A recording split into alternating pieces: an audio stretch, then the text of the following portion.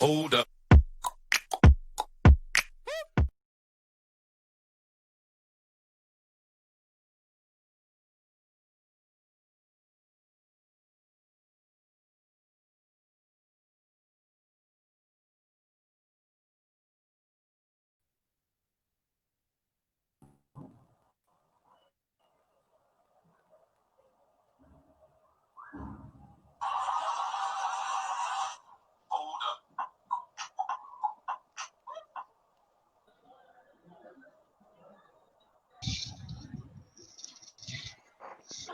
Well, good evening, everyone.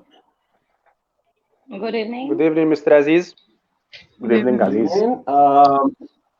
Good evening, Mr. Aziz. Thank you. Good evening. So let me just say again, you are most welcome, and thank you so much for joining me on this live event here. And I would like also to thank جمعية شباب جمعية مبادرة فاعل خير in partnership with AZIZ for providing us with the platform through which we are live today. Thank you so much, everybody, and thank you so much again, Abdu, Maria, Ibrahim, Sumaya, and Hamiso. Thank you.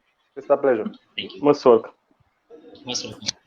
All right. Of course, this idea of going live was just trying to discuss it with my friends like weeks ago, and then I was like, yeah, let's do something and try to get teachers together from different parts of the world and from different countries, of course, especially that we share the same circumstances, though they are negative, but you know, deep inside there are some positive things that, of course, we are going to talk about later on during this live event. And I would like also to say to our viewers, please, you can, of course, share the live event with your friends and contribute with your comments and share your thoughts with us. I will be very happy to read them to our guests if of course, there are any questions. So, as I said earlier, that this is going to be a live that will gather like 5 teachers from different parts of the world, from, of course, Morocco, from Nigeria, from Egypt, with 2 wonderful teachers, and of course from Ukraine. And then, of course, we are going to discuss different points related to online teaching. As you can see down, that the title or the title of this live event is online teaching during COVID-19. We're going to hear stories from Egypt, from Nigeria, from Ukraine, and of course from Morocco. So without any further ado, I would like to start with introducing my distinguished guests. I'm not going to introduce them. I will let them introduce themselves. I would like to ask Mr. Abdrahim from Morocco. Of course, we're going to start locally because I am Moroccan, and talk a little bit about himself. Please go ahead. The floor is yours, Mr. Abdrahim. So thank you, Mr. Aziz. Hi, everyone. Good evening, everyone. I hope that you are all fine. Hi, Maria. Hi, Sumaya, Ibrahim, and Hamiso. I hope that you are all doing fine. So thank you, Mr. Aziz. So my name is Afif Abdrahim. I am a high school teacher. I got my first BA in English studies. Then after that, I opted for language teaching and pedagogy, another BA in language teaching and pedagogy. After that, I opted for teaching. So as I said, currently I am a high school teacher, and also I am an instructor at Cambridge International College. I mainly teach flight attendant, a module about cabin crew, and also professional communication along with the tourism module, okay? And also I teach business English. And this is all about me, and I am happy to be here with you all distinguished guests. Thank you so much, Abdrahim. It's wonderful to hear from you, right? I would like to move on straight away to Maria. Please go ahead. Okay, good evening. Thank you, Aziz. Thank you very much for inviting me. Thanks a lot for meeting and getting to know all these nice people. My name is Maria. I'm from Odessa in Ukraine. I've been an English teacher for about 15 years. I worked at the private language courses. Then I was self-employed for several years. And since 2016, I've been running my own private language school in Odessa. We have about 300 students of all levels and ages. We teach primary students, teenagers, adults, and also we work with preschool kids. So I like my job. I like everything we do. So we are really successful in Odessa, and we are famous all over Ukraine. And since 2017, our school is an Cambridge exam preparation center, and we successfully prepare our students for Cambridge qualifications. So that's all about me.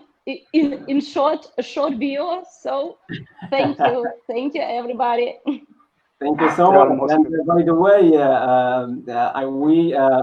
Maria and I organized a virtual exchange. Like, I don't know, it's like 2 months ago or maybe 3 months. I don't remember. And it was wonderful. Thank you so much for introducing yourself again. And one straight away to, of course, Sumaya. Go ahead. Okay. Hello, everybody. Yes. I hope you are fine. Okay, great. So this is Sumaya Naggar. I am from Egypt. I live in Damanhur.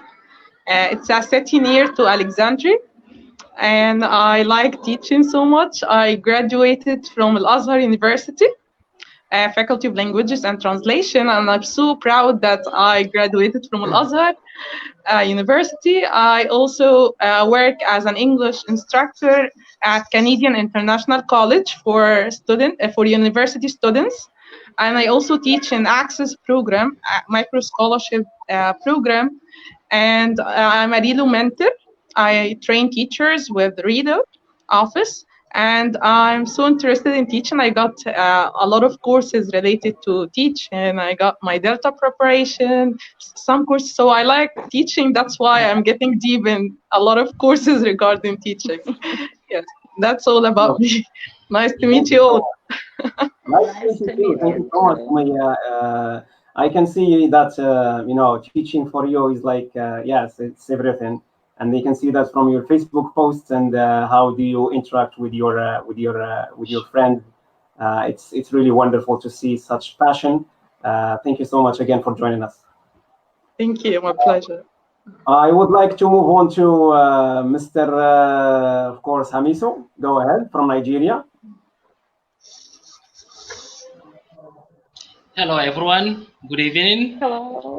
Good evening, our distinguished listeners. Good evening, our moderator, Mr. Aziz. Thank you very much for inviting me. Good evening, Ms. Akim, Ibrahim, Sumaya, and Maria. Thank you very much for being with us today. My name is Hamis Haruna. I'm from Nigeria. I teach in the Department of English, Al-Qaim University, Katsina State, Nigeria. I had my first degree and second degree in the Department of English by University Kano, Nigeria. And since then, I've been engaged in professional development for the past 6 years in teaching at university level.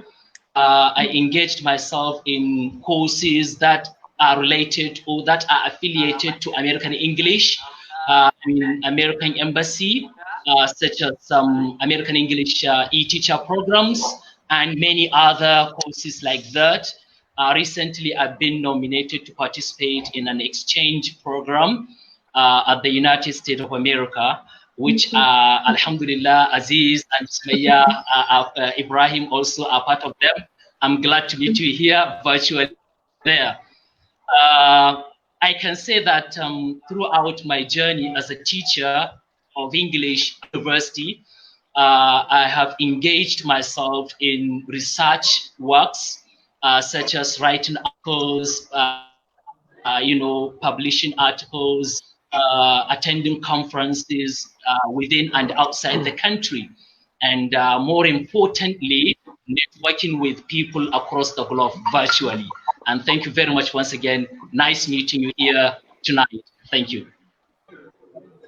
Thank you. Thank you so much, friend. Thank you so much for joining us again, which is a virtual with you all.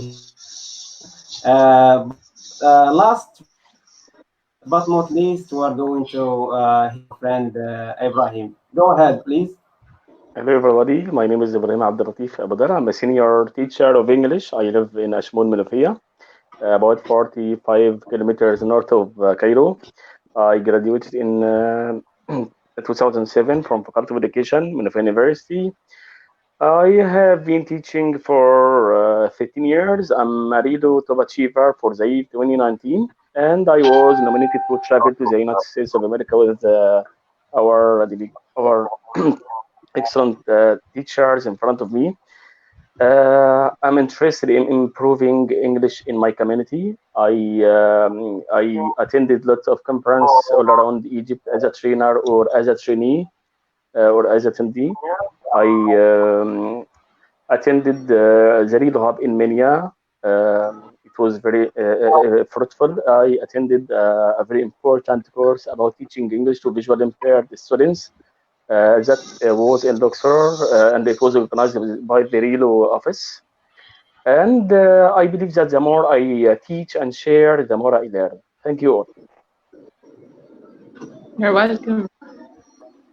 Welcome. Thank you. Welcome. Welcome, Ibrahim. Welcome.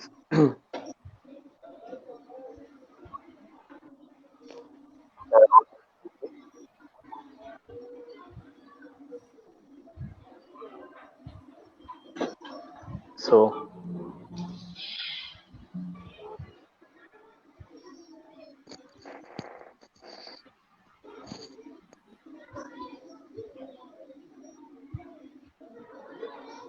Aziz, we can't hear you. Aziz, we can't hear you. Sure, we can't hear you. Yes, Aziz, we can't hear you. We can't hear you. Aziz, we can hear you. We can't hear you. I think we have to start. Yeah. Yes, this is better. He can't Mr. hear Abdi, us, so we need. You can manage it now, Miss Maria. Yeah, you can manage I it guess now. I guess we can hear each other, but Aziz can't hear us. Yeah. I'll send him a message. Yeah. Now. If someone is using two phones or something, yeah. make I'm looking at my laptop now. Yes, do that, Ibrahim. Thank you for that. Yeah, I've sent him the message now. Yeah. So it's okay. We can wait for some time when things are fixed. Yes. Our topic is about teaching English during the coronavirus in different countries, and we want to discuss how we can face the common challenges in our different places. I have just sent him a message now. Yeah. Mr. Hamisu, could you start telling us about? Can you hear me now, guys? Yeah. Can hear now. Aziz, did you check with him? Hear me now? Is he back? Yes, I think I'm back. Hello, Mr. Aziz. Can you hear me? Oh, that's good. Welcome back, Aziz. Yes, you are. Welcome back.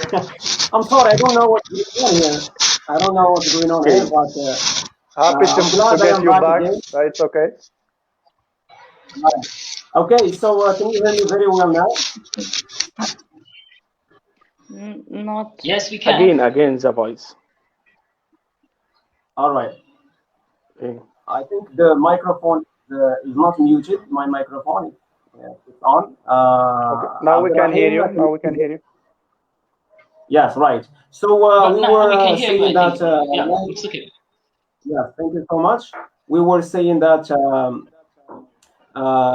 since the coronavirus or COVID-19 reached our countries, there was, of course, a total shutdown of classes and schools. And of course, the question here, how students are going to keep learning while schools and classes were shut down. And this is, here I'm going to ask you about your government's measures or your ministries of education's measures in order to ensure pedagogical continuity. In other words, how your government keeps your students learning while we are on a total, where we are on lockdown or shutdown of classes and schools. I would like to give the floor to Mr. Abdrahim to talk to us about the Moroccan experience. Please go ahead.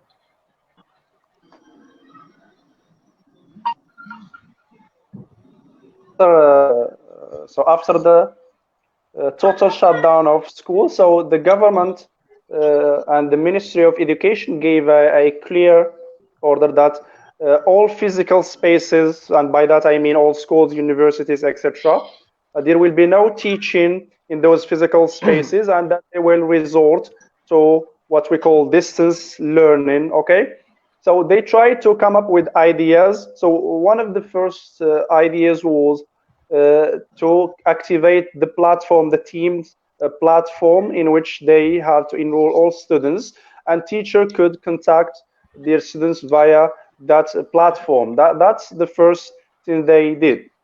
Okay, after that, they also encourage teachers to create some sort of groups on Facebook, WhatsApp applications, etc., so as to keep that continuous contact with their students, which was something beneficial. Why?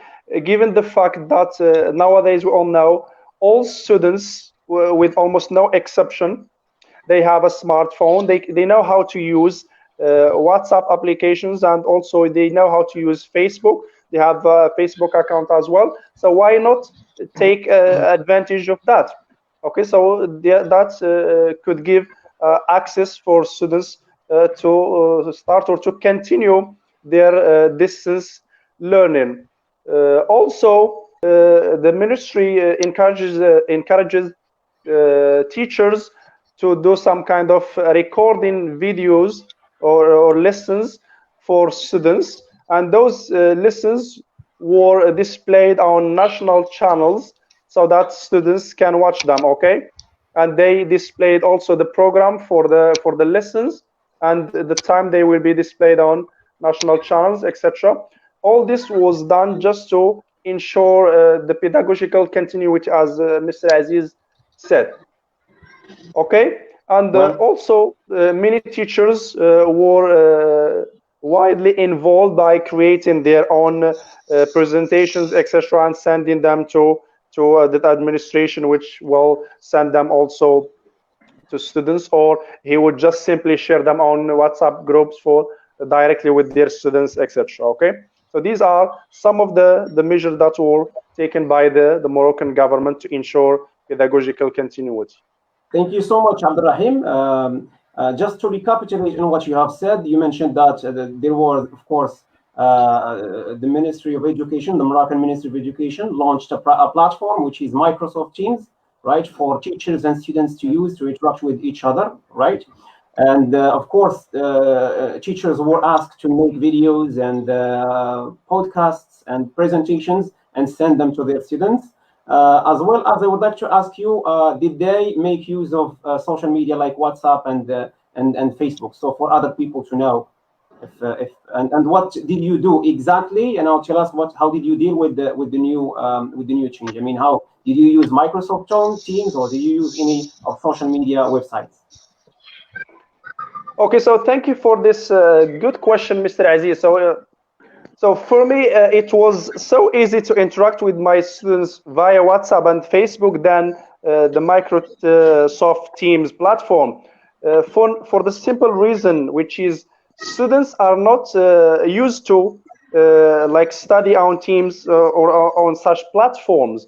So it was easy to interact with students using WhatsApp because they all use WhatsApp. They are accustomed with that application, and also they know how to use Facebook, they know how to download videos, they know how to watch them, etc.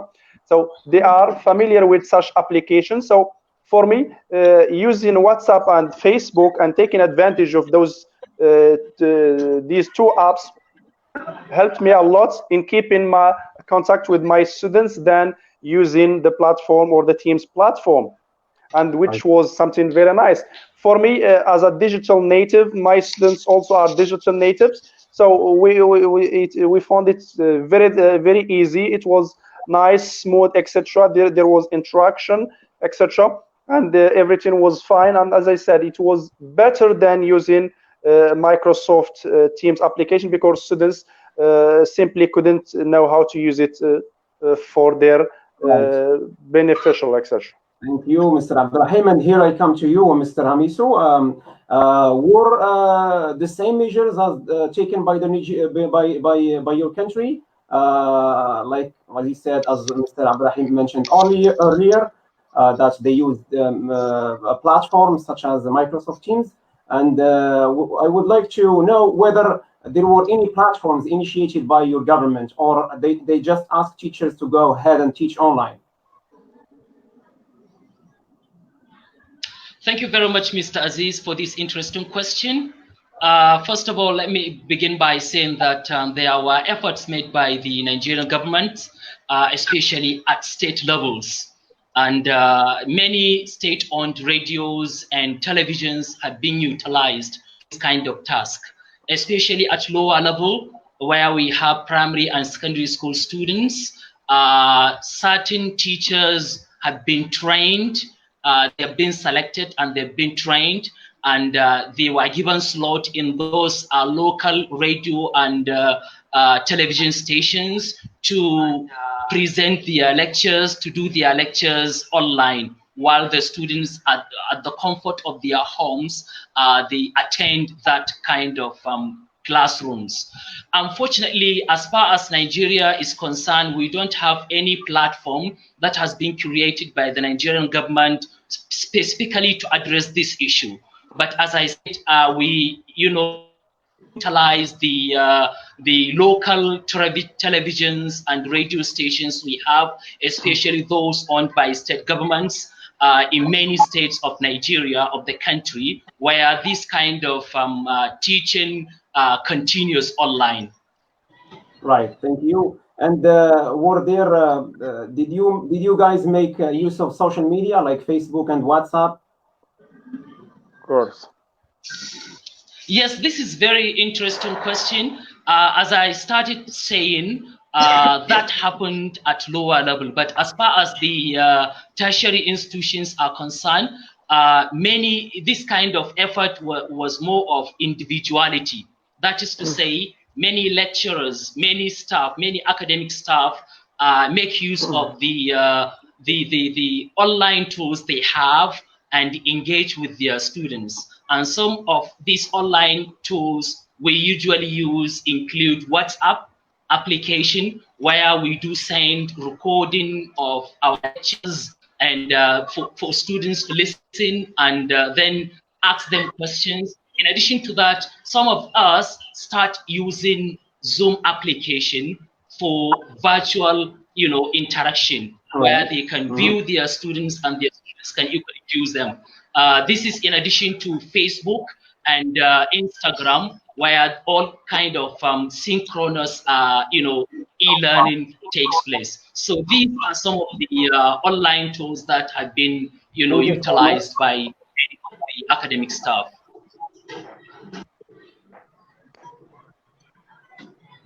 Most welcome. Thank you so much, Mr. Amito, again, for your intervention. That was, the main point is that your government focused more on broadcasting through national TVs, right? HD channels. Of course, teachers had to of course, use their creativity so that they can contact their students and send them lessons. Yes. Thank you so much. I would like to move on to Mr. Ibrahim to tell us about a little bit the Egyptian experience, right? Okay. I think there are common things that Mr. Hamisa has mentioned and Mr. Abdurrahim as well. The Ministry of Education started telling that the teachers should start recording short videos about the curriculum. And of course, this was a little fruitful to all the students. But it was not a student-centered way, a student-centered effective way. After that, the Ministry of Education sent us to create WhatsApp groups and try to add the students who are capable of joining social networking sites and so on. And it was not very successful. And by the end, the Ministry of Education decided to cancel all of this and try to ask the students to send their, you know what, some kind of research and doing projects about the curriculum, because there wouldn't be any exams. So doing the research, doing research was alternative, and it was not. And it was not, the doing exams was not the main thing. Okay, so the Ministry of Education told us to and created lots of accounts on Edmodo website for teachers and the students as well. Right. And unfortunately, this website was concerned with uploading the students' research only, and it was not used for virtual classrooms and so on. Of course, most of the teachers are not interested in using technology in teaching their students, especially in governmental schools. And I find that using these websites like Edmodo and other and the classroom, Google Classrooms and the other educational websites, I find these are more effective and interesting for the private schools, because they are teaching not for the exams, they're teaching their students for their life. And we have a very important, a very big problem concerning our students in our governmental schools, because they deal with English as a language, as a subject, not as a language. You know, all what they want to know to get is to get the full mark in the final exam.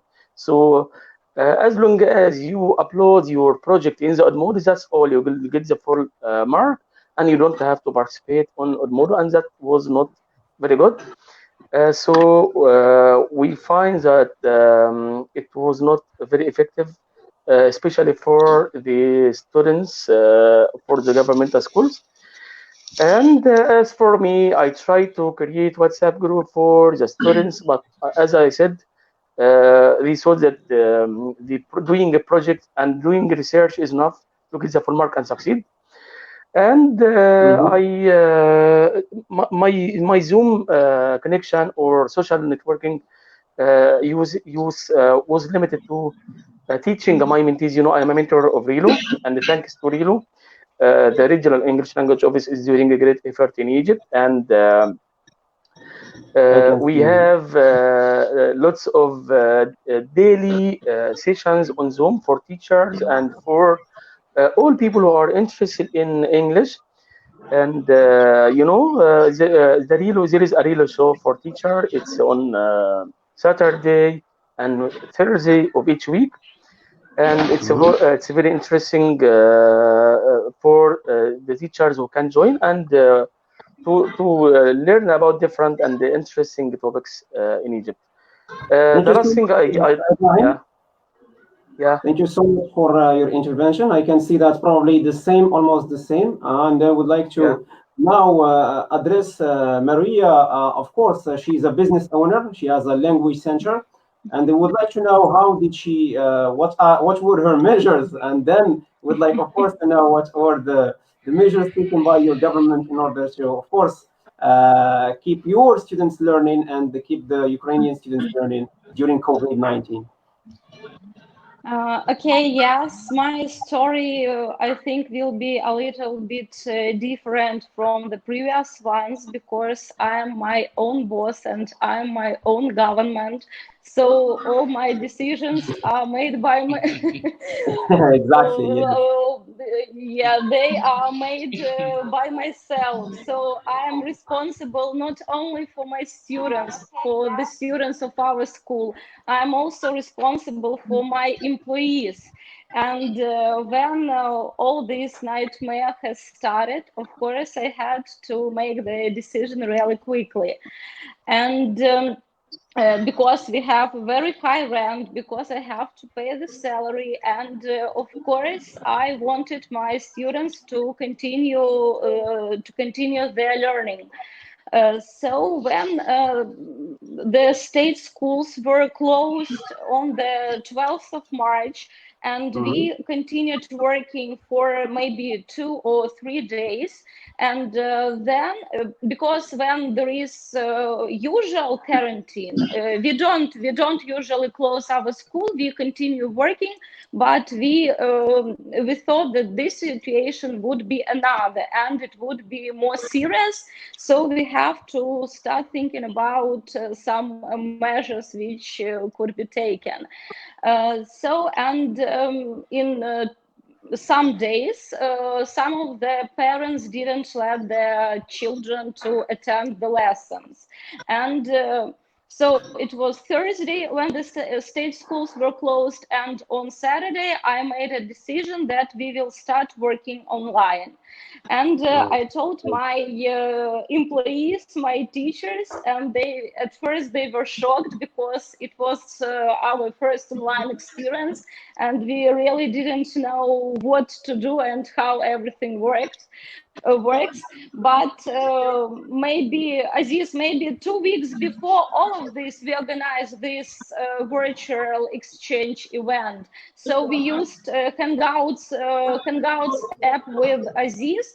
So I tried to use this one, and we also used Zoom. And in one day, I organized all of my groups into virtual groups. And the next day, all our school was online. And from Monday, we started working online. So nothing has changed.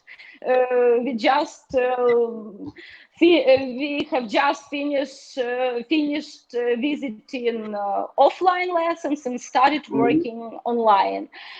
So we informed our students, their parents, and we started learning. So we started learning together. That's great. It was really successful experience. I liked it a lot. So I'm really glad that. What about the state school teachers, and how did they deal with the sudden change or shift? They at first some schools were waiting for about 2 weeks. So 2 weeks they didn't study. So most of them did nothing actually because they were waiting for the quarantine to finish as possible. But then in 2 weeks, they also started to use Zoom. The government organized some TV programs. So I don't have enough time to follow the state. So some of the teachers did really well, but some of them just didn't do anything. So as usual, as I have always say, who wants to work and who wants to teach can teach like online and offline. Exactly. And the same as students, if they want to study, they will be studying in any way. So if they are classroom lessons or they are online lessons, exactly. Thank you so much, Maria. I know that, of course, you are running a very successful business, and of course, I do totally agree with you. I don't hear. Can you hear this? I don't hear him.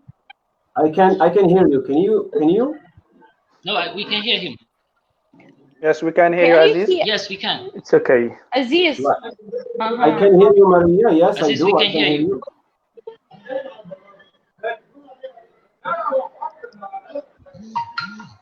Oh, It's okay. It's okay, Aziz. It's okay. It's okay, right. So would like to thank Maria again for her intervention. And as I said earlier, she's running a business, very successful business. I would like to check on Sumaya. Are you there with us, Sumaya? Yes, hi there. I'm there. Yeah. Can you hear me? Thank you so much. And I would like to move on yes, to ask I you this. can hear everybody except for our host. We can hear you, Maria. We can hear you. All right, Sumaya, of course, this was, we as teachers, we didn't expect that this was going to happen, and nobody did, like in all over the world. And so, and how did you receive, my first question, how did you receive this sudden change or shift from real teaching to online teaching, right? And were you ready for it? Did you have any previous trainings as far as online teaching is concerned? Okay, so at first we weren't ready for this experience because we always go for the comfort zone. And as teachers, our comfort zone is to teach face-to-face or on-site because we like the facial expressions, body language, and the face-to-face interaction. So at first, our students always ask us, where are we going to go back? Like, is that online for just a short period of time? And after a while, when they started to figure it out, like, we're going to stay for a long time maybe, so we're going to turn it from the face-to-face classes or the on-site classes to the virtual classes, we started to be like more ready, or like they always say, the necessity is the mother of invention. So nowadays, so yes, nowadays, like, there are a lot of webinars and teaching trainings and a lot of courses for teachers. So there is no reason that you cannot be good at teaching online unless you need just to practice a lot. And after practicing, you will find it as the on-site classes or the face-to-face classes. So I believe that it's a matter of getting exposed to the online teaching, because we didn't get exposed before to it, or like we had the option before, but nowadays we don't have that option, so we need to go for it. So there is no there is no other options. Yes. And I believe that it has a good impact, or a good site to look for, especially there are a lot of professional developments. And in my story, I live in a small city. So when I used to go to an online, to a course or a professional development opportunity, I used to travel. Nowadays, I'm staying at home. I got a lot of professional development opportunities. I'm not spending that much money and time. So it somehow has like a very good side to look for. It's the other side around.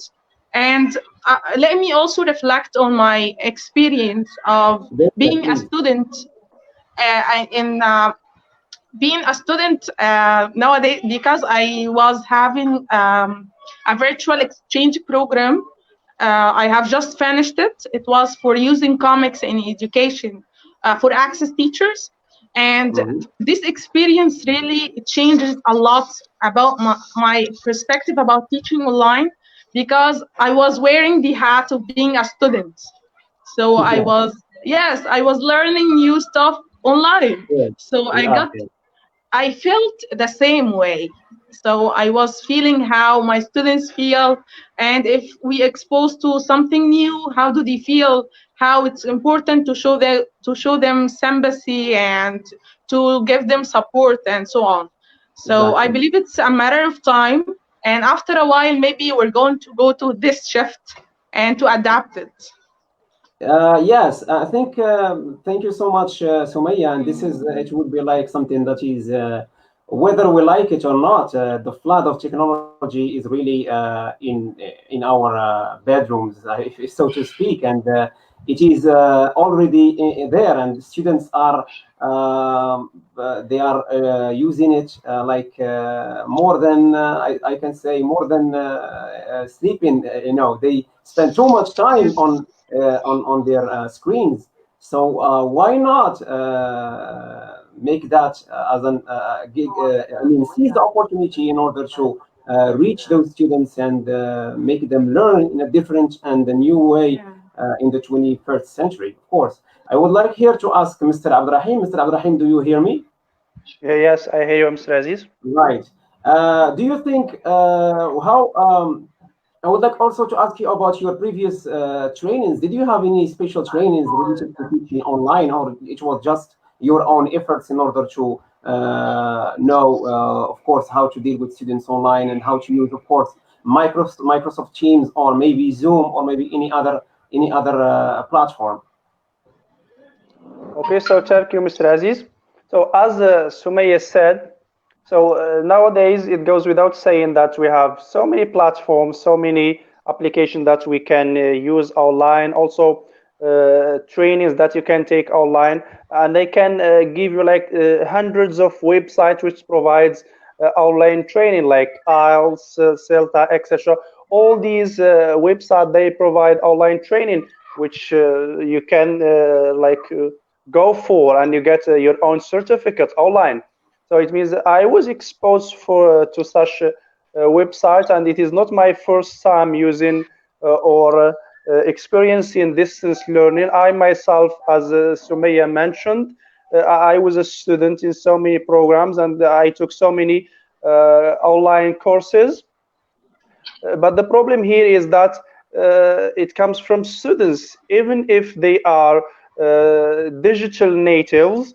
The problem is that they lack the practice, and they lack the ability to use such applications in learning. So maybe they know how to use WhatsApp for contacting their friends, sending pictures, etc. Maybe they use Facebook for chatting, etc., sharing posts, pictures, but they are not accustomed, or they are not used to using such applications for learning. So the only obstacle I had is how to make students aware that these platforms can be used for learning. And as also Sumaya mentioned before, so in the class you feel that you are in charge, you are taking control of students, you can see them in front of you, you can control the variables that you have on your class. Okay, you are the monitor, you are the man, you are the one in charge, etc. But via distance learning, or while you are doing distance learning, you can't control students, you can't make them study, you can't like see what they are doing, etc. So there are some variables that are there that you can't control.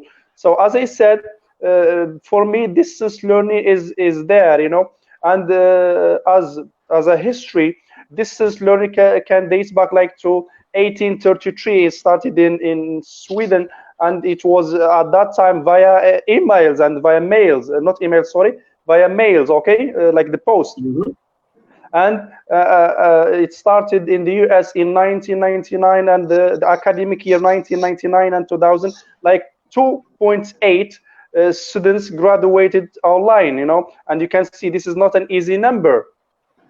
So it means that distance learning is there. It is just a matter of practice. And because of coronavirus, we were under pressure to use such ways of teaching. Okay, so maybe from my own perspective, we are going to thank later on coronavirus for such opportunity, because we were like first surprised with that sudden change, but it is a must. Okay, because we all know that distance learning or e-learning is the future.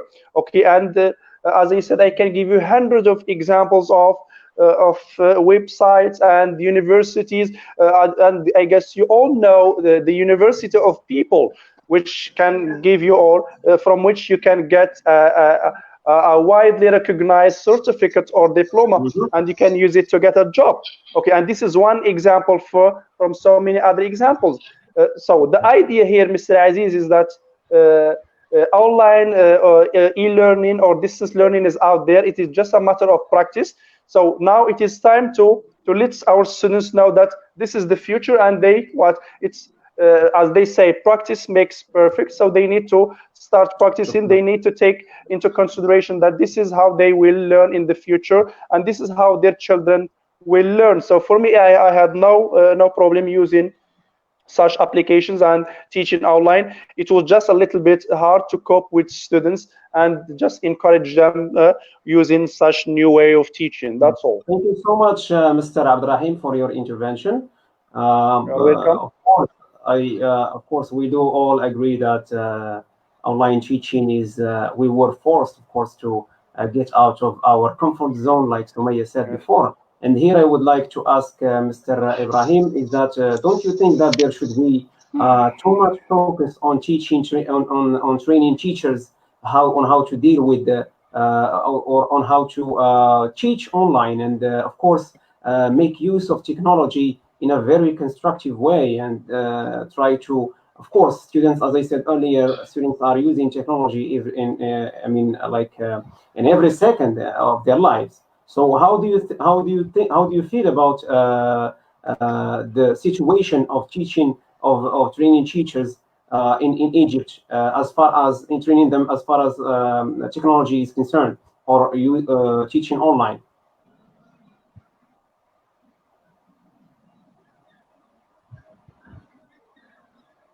Mr. Ibrahim, can you hear me? Yeah, I've just okay.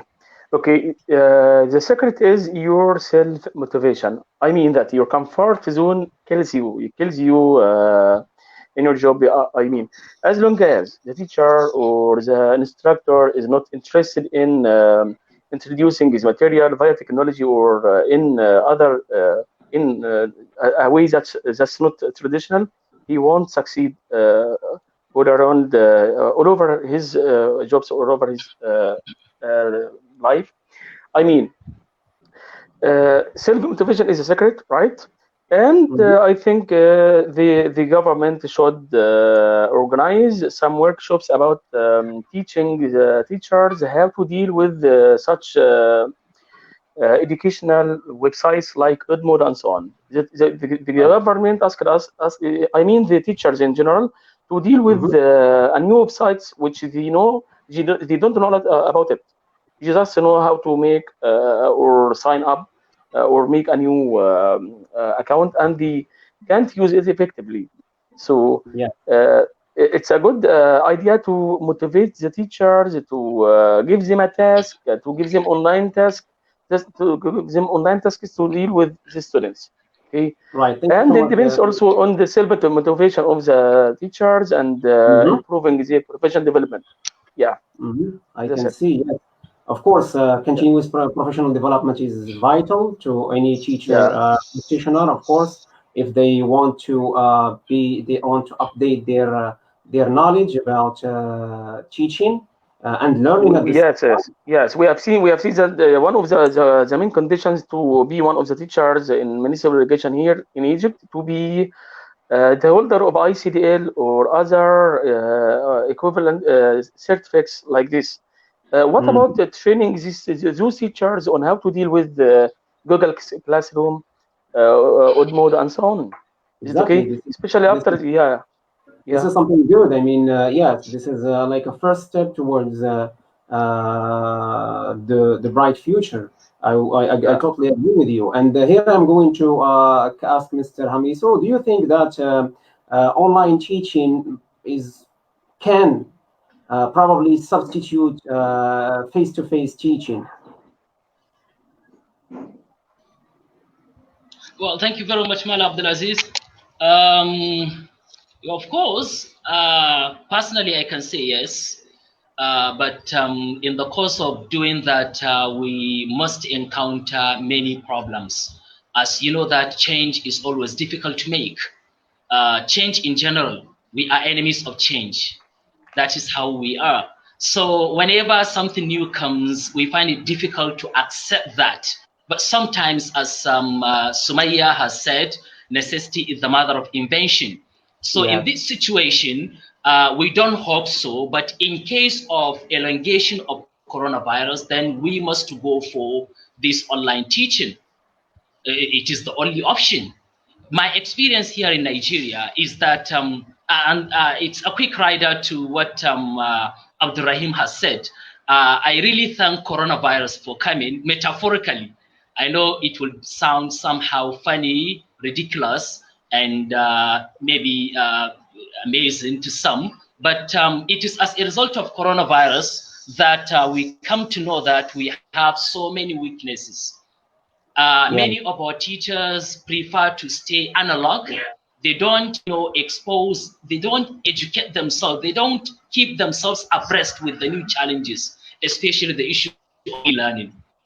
Of this coronavirus, now we come to understand the importance of SWOT analysis. That is to say, SWOT analysis is not only used for business. That is to measure your strength, weakness, opportunity, and the threat. Now, because of the coming of coronavirus, we come to know that one of our serious challenges as teachers of English is how to teach online. Yes, this is good. And for that reason, we need to find a way out. So this SWOT analysis is very important.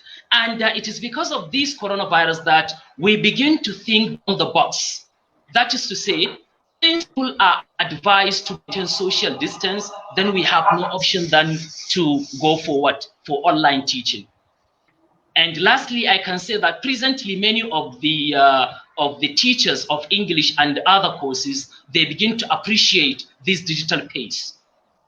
And that is why many have started using online platforms like WhatsApp. Instead of chatting with students or chatting among students, now we begin to transform them to using them for what? For online teaching. We use Zoom app, we use Google Classroom, which were not, famous, which were not even known to, many of our teachers. Recently, I was, interviewing some teachers of English here in Nigeria, and some, said that they have never heard something like Google Classroom. They never knew something like Zoom application, but because of this coronavirus, now they begin to know them.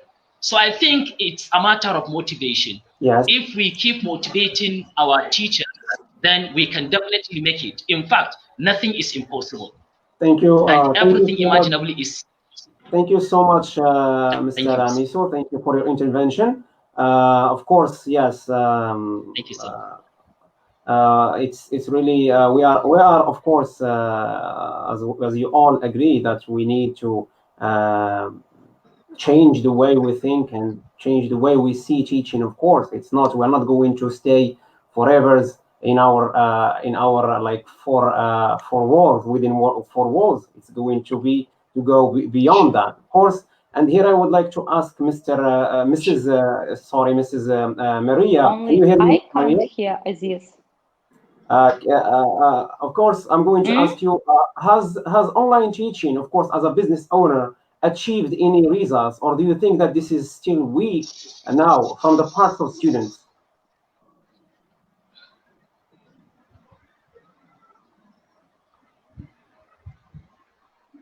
I don't think she can hear you, by the way. Yes. Waiting for our friend Maria to join.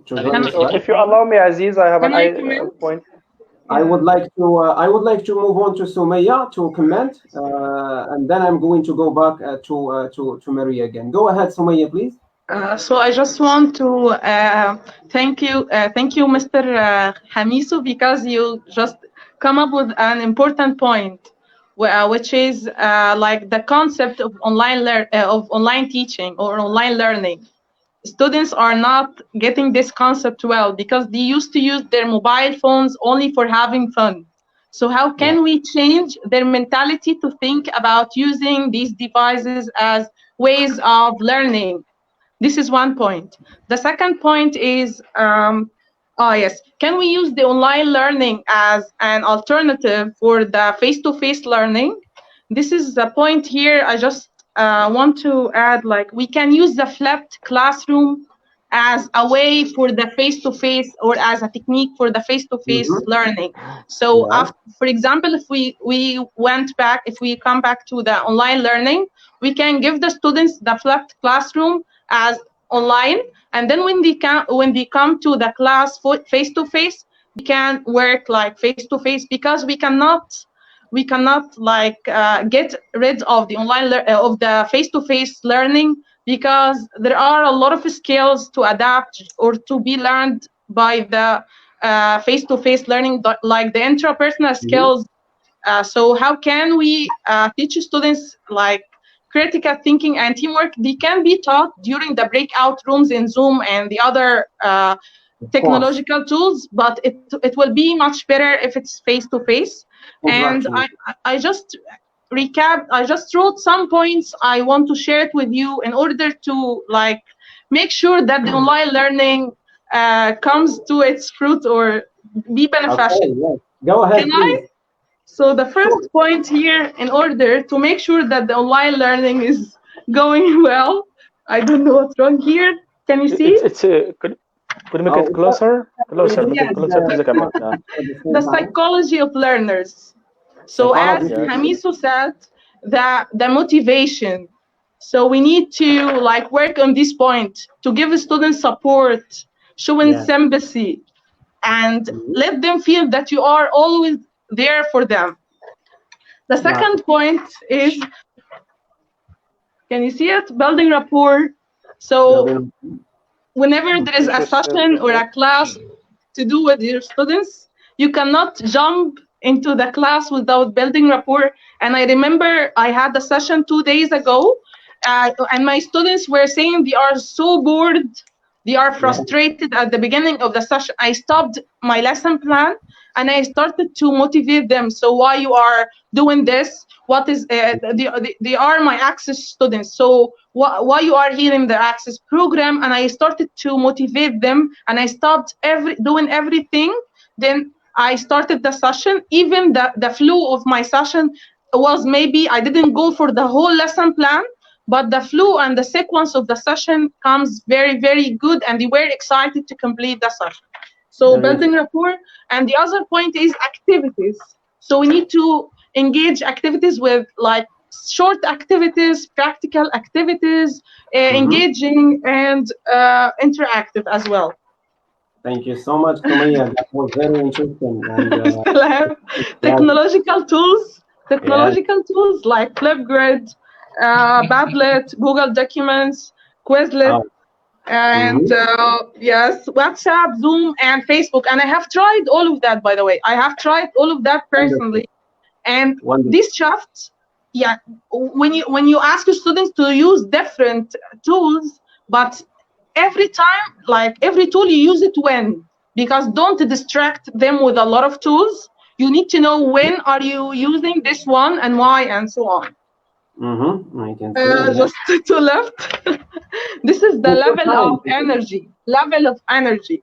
So your tone, because you are not using your body language like as usual, so you need to work on your tone in order to let them feel that you are excited to give the session, so they will be motivated to learn. But if you are giving the session, so guys, hello, I'm going to do so, and they will not be interacting with you. Of course, if they feel the passion, they will be interacting. Exactly. Just 2 points left, which is reflection. Yes. Reflection. So we need to let the students reflect and to ask them, what do you expect of doing so and so and so. So reflection from the teacher in terms of teacher, student, and parents if you are teaching young learners, because parents are always involved for young learners. Classroom. So we are saving time for preparation in the class. So they can go for the preparation stage at home, for example, and they just came to like practice and apply what they have already learned. Right. And finally, feedback. Feedback, yes. The different tools of using feedback, because sometimes I give the students the feedback by posting a Facebook post, and then let them comment and turn on the comments out of a sudden and ask each other to recommend on each other by giving peer feedback or the different ways of giving feedback, because we are not using the body languages as we used in giving feedback. So we are not echoing. So I think all these points can help in making it better if we go for the online teaching. That's all. Thank you. Thank you so much. Thank you so much, Sumaya, for your detailed intervention. Sorry, Abdulaziz, for the interruption. Very successful. I am going to come back to you, Hamiso. Sorry, Abdulaziz. I'm going to come back to you. I would like to hear from Maria. Hello, Maria. Okay. Can you hear me? Can you hear I me? can hear. Yeah. Yes, we can hear you. Okay. Okay. Yes, Great. Okay. Thanks. Did you hear my question? I want to add some of my points. I'm not a very technological person, so I wasn't into technology, and I used only when it was necessary. So of course, at the beginning we had some maybe some problems with how to turn on, not me, my students have how to turn the mic, how to turn the camera. Yeah. So it was a very difficult process at the beginning. And after that, they got used to everything. We helped them, and everything went pretty well. And what can I say about myself? I am an emotional person who likes standing during the lesson. I like to raise my voice and to slow it. So I like hugs, and I like another atmosphere, just to sit in front of the screen for 5 or 6 hours. So at first it was really, really difficult. But after a week, I got used to it. And recently I wrote a post about my online experience that now I can't say exactly which lessons I like better, because this situation gave us a lot of positive positive things which we can do now. We have met lots of people from around the world. Aziz was a guest at one of my lessons. I also invited people from America. A guy from Brazil, he's watching this our live show. So he was at lots of my classes, and we had an excellent online exchange with the whole world. And I have been planning speaking club with a native speaker for a long time, and I didn't always have time for it because I was always busy. And during this period, we organized a speaking club with a teacher from York in England, and it was great, and our students are amazed. So what I can say that this way gave me lots of advantages. Last week I was at another city with my son at the competition and tennis competitions in Ukraine, and I could give my lessons from another city which I couldn't do before. So it's great. And when you go on a business trip to another country, you can still conduct your lessons, and I think it's really cool. So something like Thank you so much. Thank you so much, Maria, for your intervention. It was wonderful hearing about the new experience that you are having with online teaching. Of course, I would like to go back to Mr. Hamisu to ask him about the future implications of this period of time, right? Of course, we are locked inside our houses, and of course, we are teaching students online, and then this will raise questions on how future teaching after, of course, the coronavirus, or after COVID-19, the disappearance. How will it be? How this will shape our future practices? Thank you very much, Mr. Aziz. What I wanted to say was just to give Sumaya a virtual clap for practically, using instructional materials in the online discussions. Thank you very much. It was really pleasing. Well, the future implication about online teaching is really challenging. I can say from Nigeria, especially where I come from. The bitter truth about teachers' view on education is really discouraging. This is because both teachers and students do not have good access to network. And I think this is a very serious problem here in Nigeria, access to powerful and effective network. That is number one. Secondly, the government itself does not make a giant effort in making sure that teachers are kept abreast with the trends of teaching, that is the trends of teaching online. And this is another challenge. Unless government has shown its interest and, motivates, teachers on online teaching, then definitely the implication will not be favorable to all of us.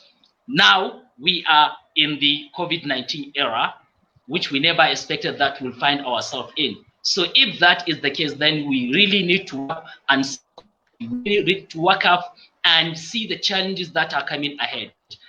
In addition, thousands of students, you can see those who live in rural areas, they don't have access to network. Most of them have smartphones. So really this makes the online teaching challenging to teachers and the students. And that is why I think we need to come up with something that will include, that will bring these people together, because we are talking about future implication. And unless Nigerian government, through the effort of the Ministry of Education, has made a certain tremendous effort and encourage teachers to, give by giving, workshops and other, professional development trainings, then definitely there is a problem, and we will remain stagnant as far as teaching online is concerned. So it's really something that we need to come together collectively and achieve this effort. Thank you very much. Thank you so much, Mr. Amiso. Same question to Mr. Abdrahim is how this period of time will, of course, shape our future practices. The floor is yours, Mr. Abdrahim. So thank you, Mr. Aziz. So building on what was said by Mr. Hamisu, so I would like just to quote Lee Schlosser and Samuelson Michael in their book they co-write, which is Distance Education, Definition and Glossary of Terms, in which they stated that, as I mentioned earlier, that in the academic year 1999-2000, 2.8 million students graduated from via e-learning. So just take a moment and try to see or to focus on the number, which is 2.8 million students. This in 1999-2000, the academic year. Okay, so and the whole program was online. So this is as an answer to what you mentioned, Mr. Aziz, before, which is, can we substitute like or learning in physical spaces with e-learning, like a total change? So this can give you an idea about the importance of e-learning. So it is for me a matter of need. It's a matter of time. And as I said earlier, we are going to thank coronavirus, as and as Mr. Hamisu mentioned, this is maybe like a metaphor, but we are going to thank it later on. Why? Because it's doing some kind of speeding up the process, because change takes time, and coronavirus is speeding up that change, and it is taking us toward or it is giving us an idea about the importance of e-learning. Of course, there is obstacles and there is some difficulties, yet it is time, or it is high time, to start thinking about taking advantage and making use of online learning. as my colleagues or our friends mentioned before, so our students, they are all or almost all of them, they are digital natives. So they are familiar with the technologies, etc. They know how to use WhatsApp. They know how to use application, all types of applications. They know how to use laptops, etc. So why not taking advantage of that? You know. So I do believe that e-learning can substitute the physical learning or learning in physical spaces, given the fact that it was done or it was successful back in 1999, you know. And from that time to here, it's a long period, you know. So and also, as Sumaya mentioned before, necessity is the mother of invention. So at this period of time, when we felt that there is a necessity for a change, so we tried to adapt to that change. You know, it was it was difficult, but it is something that is feasible. We can do it. Okay, so I do believe that.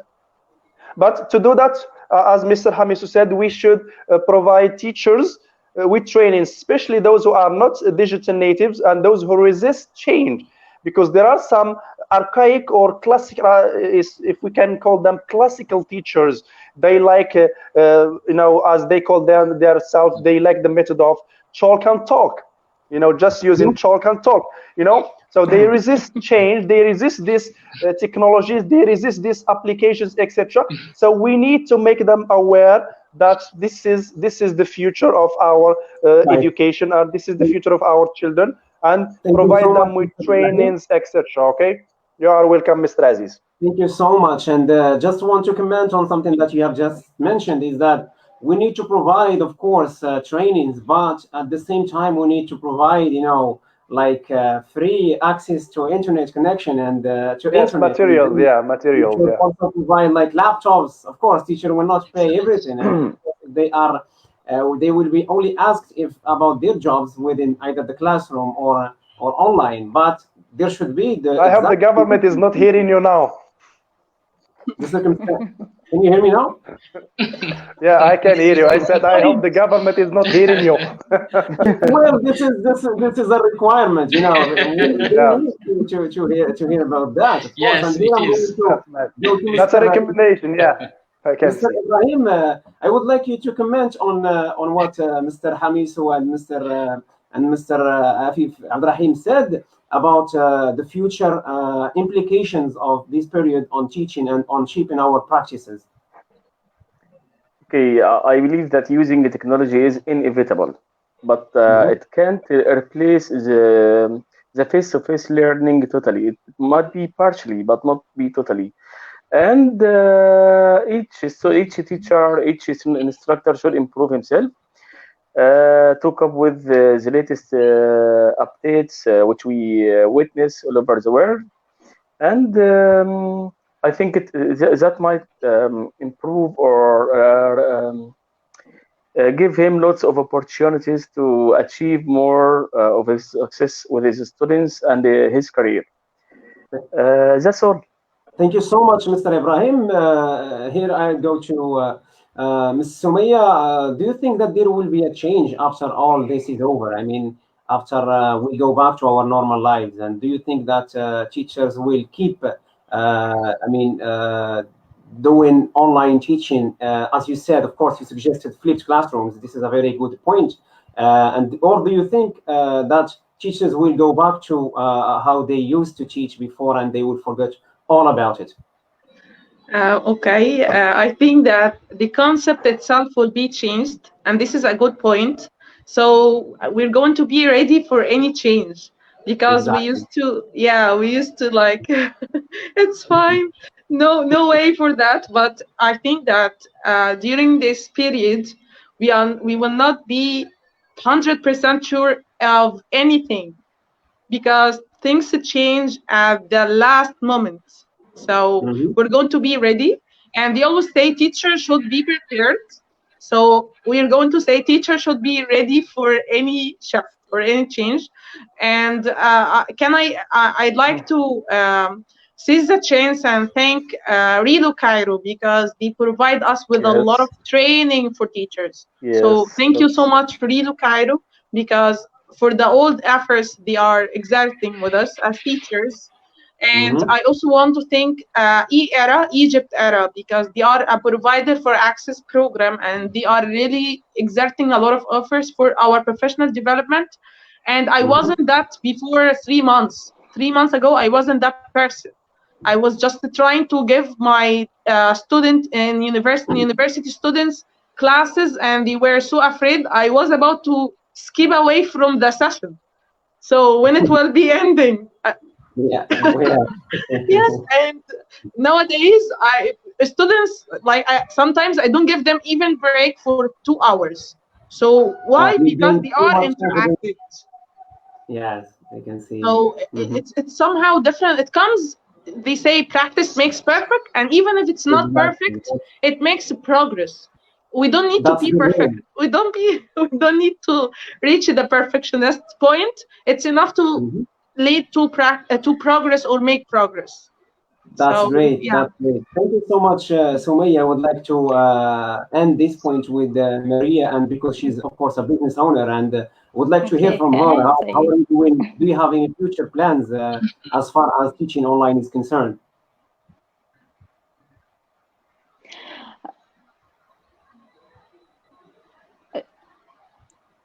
Can you help me? Can I say yes? Yes, I can hear you. Yes, okay. Yes, we can hear you. Yeah, we can hear you. Thank you. That's fine. In my opinion, online teaching and online learning is our reality and our future. So, and we will combine all these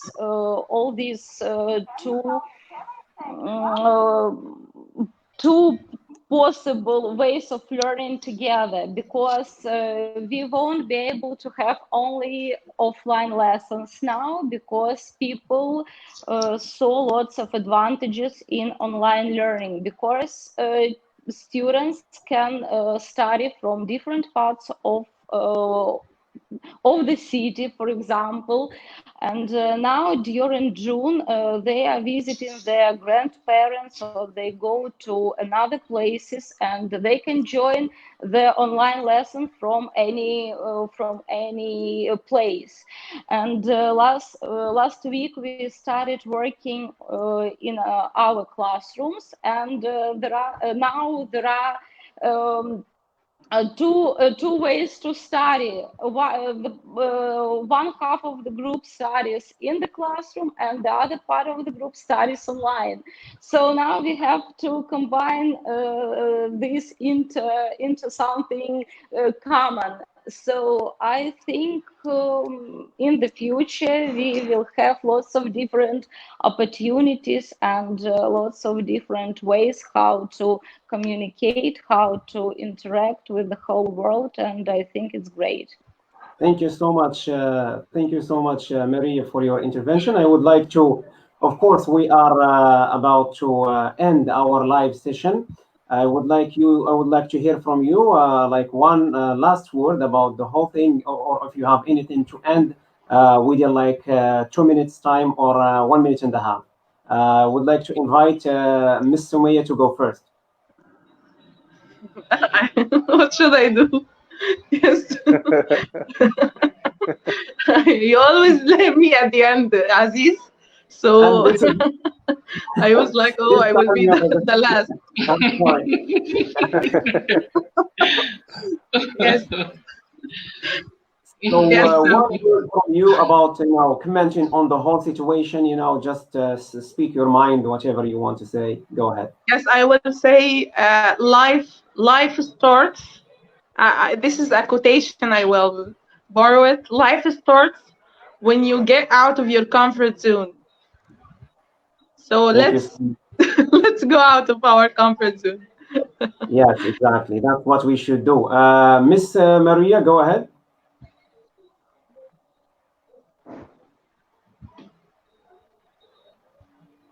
Hello, Maria. Can you hear us?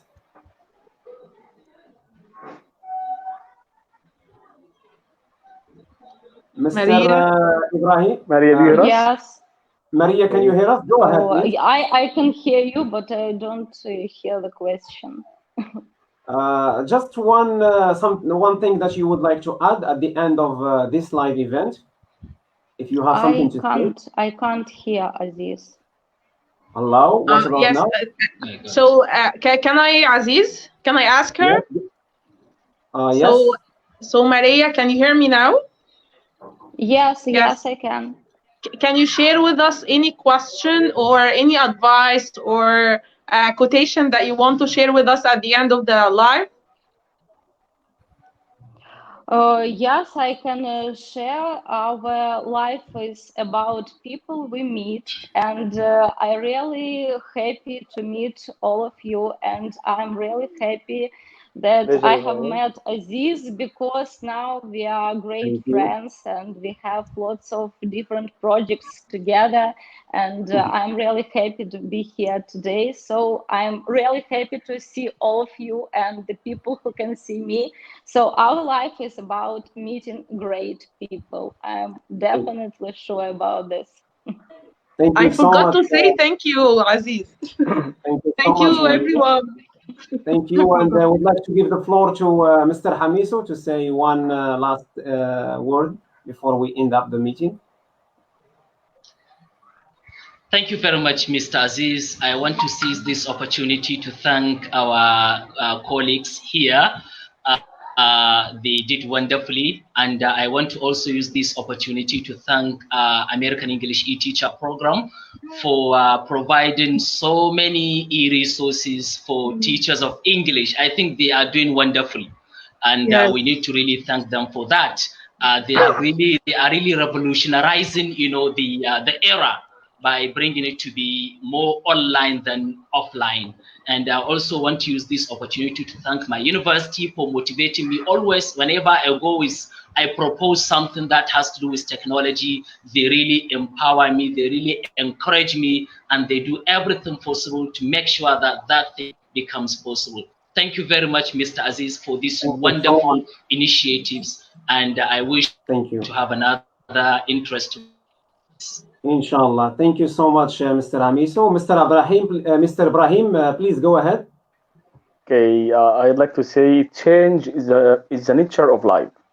If you are not convinced with what I say, you'll suffer mentally, physically, and psychologically in the future. And by the end of this session, I'd like to thank the Rilo office in Cairo, Dr. Hannah Sudan, Mike, Richard, for their great efforts in spreading right concepts and great sessions, great programs with the Egyptian educators in Egypt. Thank you all. Thank you so much. Mr. Ibrahim, last but not least, go ahead, please, if you can hear me. Yes, I can hear you, Aziz. Thank you so much. I appreciate. Thanks. So as my friends mentioned, and guests they mentioned, so e-learning is something inevitable. So now we are doing this thanks to e-learning. We are doing this online. We are learning from each other. We are sharing ideas. We are learning, and we are talking about our own experiences online. So which means that change can be difficult. As Ibrahim mentioned, it is not easy to replace physical learning in physical spaces with e-learning, but the change is possible, and we can do it. It is just a matter of time, and also we can learn new ways, technologies, and etc. Also, we can learn about how to cope with technology, etc., and how to make use of technology, and keep encouraging ourselves and encouraging each other, and encouraging also our students to cope with that change. And I think if we keep doing our best, change will be something that we will have by the end. Okay, so I would like to say that I am very happy to be here with you tonight. So thank you, Mr. Aziz, for giving us such opportunity. It was great. Thank you for Maria, Sumaya, Hamisu, and Ibrahim. I was so glad and happy to meet such distinguished guests. And this was thanks to my friend Aziz. I really appreciate this effort.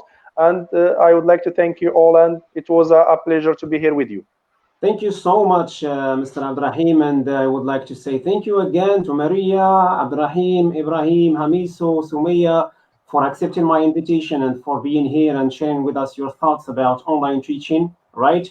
Thank you so much again for that, and I can't really get enough of this discussion. I wish it could be like 10 hours long, or we would be just discussing different issues, and we hope we can meet, of course, in another online session when we discuss a different topic, inshallah.